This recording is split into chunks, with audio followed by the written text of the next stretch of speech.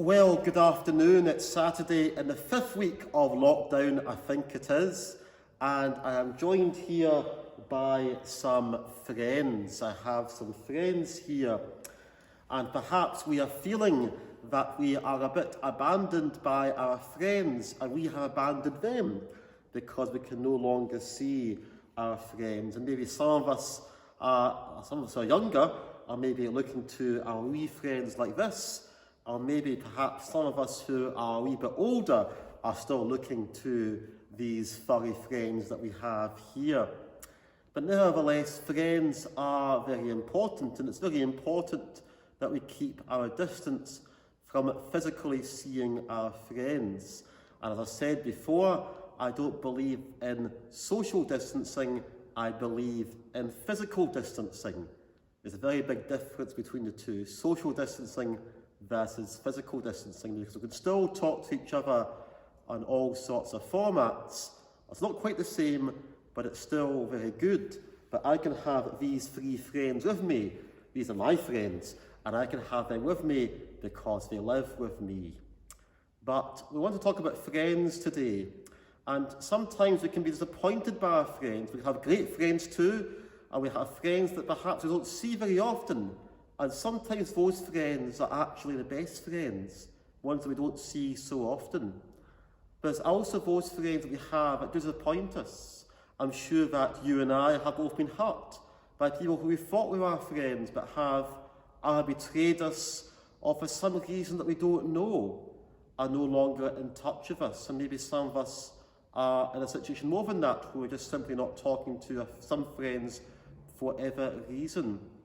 And maybe at a time like this, it's maybe a chance for us to get in touch with people that we don't normally see or think about, because they might be lonely too, and it might be a chance to reconnect with people, whether it's through digital communications or even an old-fashioned letter.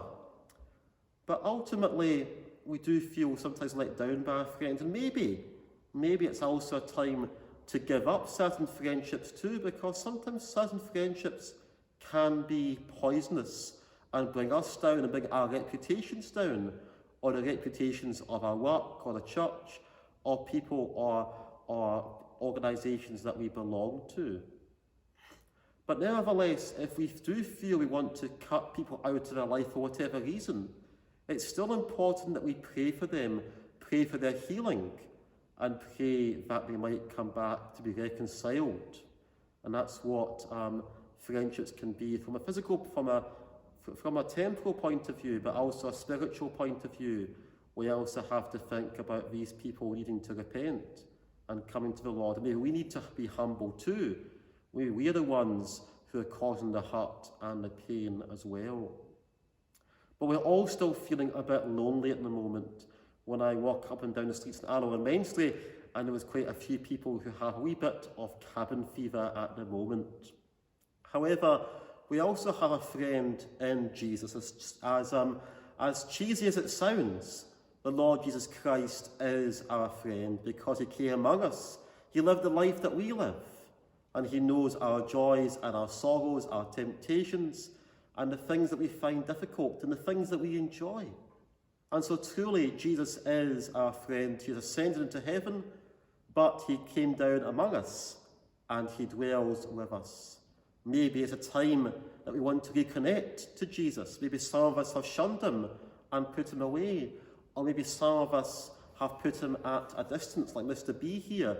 Maybe we've put him at a distance because we've been stung by him, or we feel that something that God has said has provoked us. But ultimately, it is a time to make peace with God. We can have friendship with God through Jesus, as well as thinking about our friends here on earth. I trust this will be a blessing to you as we think about your friends. No matter how young or how old you are, we're all missing them, but it's also the bigger picture of the friendship that we have with Jesus. And of course, as I sit here amongst these empty chairs, we are all missing being together as a church family too. But may God bless you all at this time.